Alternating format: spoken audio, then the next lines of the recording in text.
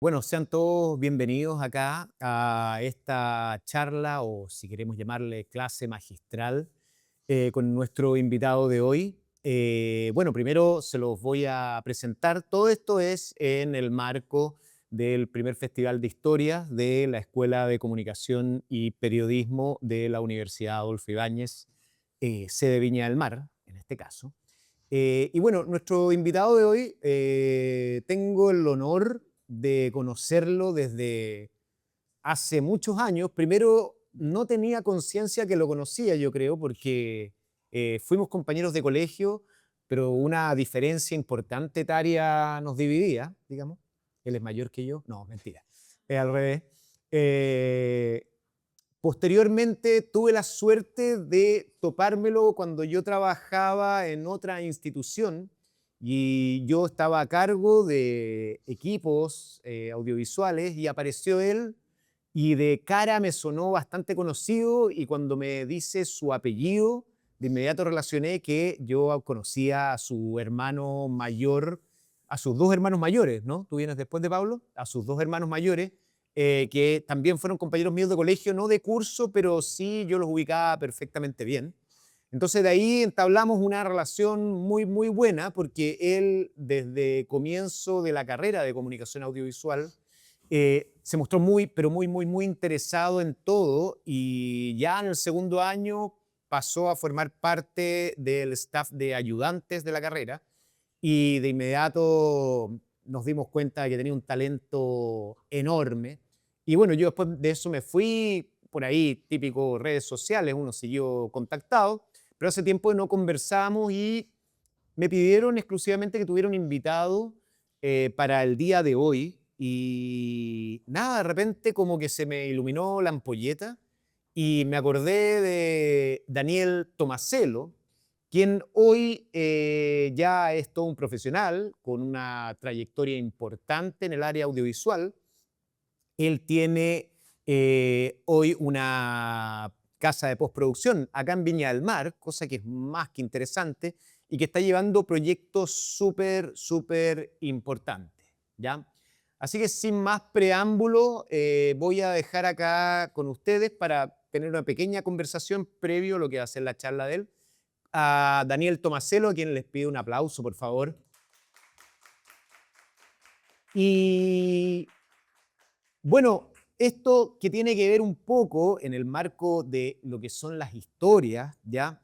Me gustaría conocer primero un poco de tu origen, de cómo nace tu interés un poco en esto de contar historias, así, desde cuando eras más o menos chico. No, pero vamos a tomar tiempo hasta rascar. No, yo creo que el tema de la vinculación con la historia, bueno, siempre fue muy bueno para hablar, lo menos se dicen en mi casa. Y después pasaba que, uy, esto como que va y viene, ¿no? Sí, Después, o así nomás, no, tal no se va a escuchar. Toma. Ah, a ver, mejor. aló, aló, aló, aló. Y después me pasó con la música a propósito del comentario desubicado de su jefe de carrera. Eh, y claro, yo escribía como las letras, las canciones, eran puras tonteras muy adolescentes, pero siempre había como algo como que contar. Desde una mentira, así como me ponía en un escenario y inventaba una historia que no tenía por qué estar de acuerdo con lo que pensaba, digamos. Y, y de ahí como, claro, de la misma música, como qué quería estudiar, podía hacer música, podía hacer, siempre tenía que hacer algo como desde la expresión o la comunicación. Era como que yo iba a estudiar o música o psicología. Era como esa mi dos área de lo que un adolescente podría llegar a decidir de su futuro, digamos. Y entré a audiovisual por un accidente, porque el baterista de mi banda tocaba y estudiaba audiovisual. Entré a la carrera y fue como, "Buah, acá puedo hacer todo". Fue como que puedo contar cosas, puedo usar tecnología, puedo usar distintos recursos para como satisfacer un poco esta hambre un poco naturalizada de contar cosas en un clima como que sentía como muy propio. Y como que de ahí empecé como a encontrarme en que esto se podía llegar a convertir como en algo que me gustaría, o que en esos años me hubiese gustado como seguir haciendo toda mi vida. Perfecto. Oye, y cuéntame un poco, ya metido en la carrera de comunicación audiovisual, es cómo derivas un poco, porque cuando hablamos de comunicación audiovisual podemos decir de que puedes escribir una historia, de que puedes llegar, tomar una cámara y grabar una historia, o también directamente puedes llegar probablemente y pensar en utilizar tecnología, que hoy en día existe tecnología de punta, para ocupar esto en servicio a la historia. ¿Cómo fue que te Mm. vas por el lado más de la tecnología y no a lo mejor por el lado de tomar directamente solo la cámara o escribir nomás? Sí, yo creo que tiene que ver como con una inquietud personal. Yo soy súper inquieto, de hecho me está costando mucho mantenerme sentado en este momento. y, y claro, fui probando como distintas disciplinas, cámara, un poco lo que los ramos te proponen en una malla de cualquier escuela, digamos. Y claro, no tuve tanta fortuna con los guiones en general, como con el acto de escribir, porque tampoco he sido como muy buen lector en la vida. He leído cosas, pero no era algo como que me apasionaba. Era más consumidor de historias que como en términos de audiovisual o ver cosas y más por esa línea. Y después entré, y siempre me han gustado los computadores también de chico, era una cosa que desarmaba computador y como que armaba, y entonces de ahí como que en la edición, también por otro accidente, la vida al final son como una consecuencia de casualidades igual, en las que de repente como que quizás no era tan bueno todavía pudiendo armar el relato de una historia por una cosa de juventud, pero sí tenía ventajas competitivas con saber prender el computador, con saber reinstalar un software. Entonces como que igual estaba como merodeando o ayudando a gente que tenía un poco más de carrera en eso.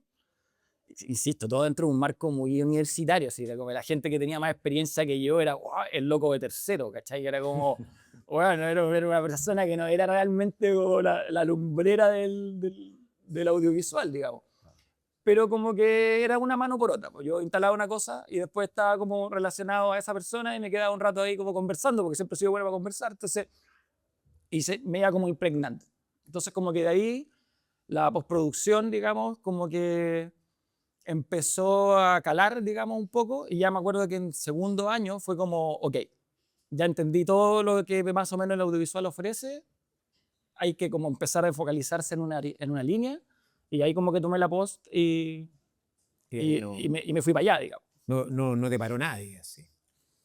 No, pero de nuevo por suerte, como que en verdad todo ha sido como... es verdad que que la gente dice que realmente la suerte no existe y que tiene que ver con el mérito, pero también pasa que el mérito también tiene una consecuencia directa como con el querer estar presente en el evento y tomar esa oportunidad también, ¿cachai? Porque al final también yo veo como mis compañeros que estaban conmigo en esa sala y hoy día no están haciendo lo que estoy haciendo yo, están haciendo otras cosas quizás mejor o quizás no tan mejor, pero finalmente también hay como una capacidad de poder ir como tomando los trenes que te van llevando hacia la dirección que uno más o menos quisiera ir sin tenerle miedo tampoco a los desvíos. Es decir, tú crees un poco en el tema de la intuición, dejarse llevar por la intuición y confiar por ese instinto de lo que te va llamando. Sí, yo creo que sí, porque al final uno toma las cosas porque les interesa. O sea, yo creo que lo peor que le puede pasar a una persona es como el desinterés, como no tener la capacidad de interesarse de algo. Y da lo mismo que sea, si puedes estar haciendo lo que queráis en tu vida y si te interesa, no sé, hacer cacharritos de greda, bueno, anda y ya tus cacharritos de greda, porque al final uno es una persona. Es una visión muy personal, yo no tengo ningún estudio que me refuerce esto de fuente de los deseos, ¿vale? Pero como ha sido mi vida, es como que al final, como uno es la persona que está siempre con uno, digamos, todas las cosas por las que uno se interesa terminan contribuyendo hacia el foco de lo que uno realmente necesita hacer, ¿cachai? Entonces, claro, en mi caso como con la post, y hoy día, bueno, ya cuando explique lo que vamos a hablar y todo, es como más o menos ido llegando a donde estoy trabajando hoy día, o con los proyectos que estoy trabajando hoy día, pero son un montón de otras capas que también han generado como las confianzas con las personas que me rodean, y te van marcando, digamos, como desde saber los intereses, o que esta persona es interesada en algo, al final te va como marcando un poco la pauta como del trabajo, ¿cachai? Como algo así. Perfecto. Oye, tú que estás involucrado en el tema un poco de lo que es la tecnología, de repente hay como cierto entendimiento de que dominar tecnología directamente, ser un capo en los software, ser un capo, tal como te decía, a lo mejor armando, desarmando un computador, solo entendiendo tecnología o ser un capo manejando una cámara, con eso basta y sobra para poder contar una buena historia. ¿Qué crees tú con respecto a eso? Mm. Es que es complejo porque, no sé, pensémoslo, saquémoslo como de la tecnología y vamos como a lo más básico de un carpintero. Igual el carpintero sin un buen serrucho no es tan buen carpintero. Es como si no Sí, puede cortar bien el palo, digamos, por muy talentoso, creativo que sea y no logra llegar a la forma, no lo va a lograr. Ahora, el otro personaje que tiene el super serrucho Japanese 2000, si no tiene idea qué hacer con eso, tampoco le va a servir. Entonces, yo creo que tiene que ver un poco también como con la evolución humana. Las herramientas han ido existiendo en la medida de las ideas y la solución de necesidades que van en coherencia con lo que esa persona quiere de fondo hacer, ¿cachai? El cuchillo para cazar el mamut, ¿cachai? Entonces, como que el desarrollo tecnológico hoy día está como muy, creo que como, es que va muy rápido, ¿cachai? Entonces, claro, con la inteligencia artificial, con los computadores cuánticos, con la cuestión de los autos que se manejan solos, o sea, todo nuestro entorno hipertecnologizado, hiperconectado, al final igual, claro, nos marea un poco a quienes de repente venimos un poco más atrás con que nos saca de onda pensando que eso es como lo relevante, cuando en realidad eso existe a la vez porque soluciona problemáticas a alguien que pensó que podría ser atendido de una manera en particular. ¿Sí? Entonces, a lo que voy como con la respuesta es que yo creo que no es ni uno ni lo otro, ¿cachai? Como que la tecnología es una ventaja que nos permite desarrollarnos y que debemos trabajarla a nuestro favor, más que la tecnología como porque sí, ¿cachai? Porque si yo sé prender un computador y quiero escribir un cuento, pero no sé escribir, ¿cachai? Como que da lo mismo que la tecnología exista, digamos, como que perfecto. hace poco escuchaba la charla del director este de esta película Panqueta, o se me olvidó el nombre justo ahora. ¿Alguien se acuerda? Una película que estuvo, el Matapanqui, que le Ah, sí. preguntaban en Berlín, así como, oye, ¿cómo hiciste la rotoscopía? Loco, eso está súper bacán, ¿cuánto te costaron? Y decía, bueno, fue con unas chelas, con unos amigos en mi casa, como que imprimimos todos los fotogramas, los pintamos todos, los volvimos a escanear Y chao. y eso es lo que se ve, ¿cachai? Como que lo hicimos jugando con mis colegas, ¿cachai? Entonces, como que, no, porque claro, desde la super post, ¿cachai? Europea es como, oh, la rotoscopía para que tenga la textura del lápiz con la sensación del escáner. Y el loco se cagaba de la risa porque decía, es que eso fue lo que hice. Si yo lo imprimí, lo pinté y lo escaneé, ¿cachai? No es una simulación. Es como lo menos tecnológico que hay en toda la película, ¿cachai? Es volver a lo básico, a las Claro, raíces, digamos. pero desde la mirada como ajena, ¿cachai? Era como, oye, qué bacán, es como el recurso como tecnológico de la imagen que lograste, ¿no? Fue una prueba y funcionó y nos gustó y conecta con el mensaje. Entonces la gente, cuando los mensajes son coherentes, finalmente la gente logra empatizar porque así hemos desarrollado la comunicación entre los seres humanos. Cuando uno logra empatizar con lo que otra persona te dice, se produce una conexión. Po. Y por lo tanto de ahí nace también un interés, ¿cachai? Perfecto. Oye, y como para cerrar esta parte de la entrevista, para pasar después a lo que es la charla, ¿cuáles crees tú que son un poco las ventajas, desventajas y o peligros que se corre hoy en día un poco en este ámbito, en el mundo audiovisual, con lo que es la inteligencia artificial, digamos? Ya, sí. ¿Tú estás trabajando un poco con Sí, eso? nosotros hacemos todo con inteligencia artificial. Todo, todo, todo. Ahora, de nuevo, es como la flecha para matar al mamut, ¿cachai? Lo que yo necesito es matar al mamut, no Sí. usar la IA, ¿cachai? Entonces, nuestros procesos con IA, por ejemplo, en términos de, no sé, ahora estamos haciendo una serie infantil. El año pasado no lo hicimos con IA, en términos de la escritura de guiones, por ejemplo. Entonces, las ideas son súper claras y los objetivos del mensaje son súper claros porque la serie tiene un objetivo que es hábitos saludables para los niños, qué sé yo. Teníamos que hacer un ejercicio que era levantar los roles de cada uno de los actores con porcentajes para saber cuánto poder pagarle a los actores y calcular el tiempo de trabajo de ellos para optimizar nuestros recursos de producción que eran escasos. Eso eran 3 días de pega, así como levantar el documento, marcar como con colores a que Magda, que Dani, que Pauli, que no sé qué, y después sumar, lo metimos a la IA, ¡paf! 10 segundos. Entonces fue como, mortal, listo, aló, mira, esto es lo que necesitamos, estas son las lucas, estos son tus tiempos, esto te debe demorar. Entonces, claro, lo que pasa es que a la IA también le podéis decir, invéntame una serie, Sí. pero las tecnologías de inteligencia artificial no inventan nada, ¿cachai? Son como, finalmente son como mutaciones o cómputos que van sacando promedios de la información con la que está cargada la tecnología y te genera un resultado que aparentemente es algo que tiene relación con lo que uno busca. Uno lo lee en diagonal, digamos, y uno dice, oh, sí, esto es súper coherente, pero no es nada nuevo, ¿cachai? Entonces, en los procesos creativos, la IA no sirve para nada. De hecho, es cosa de ver los videos que existen hoy día como con IA, ¿cachai?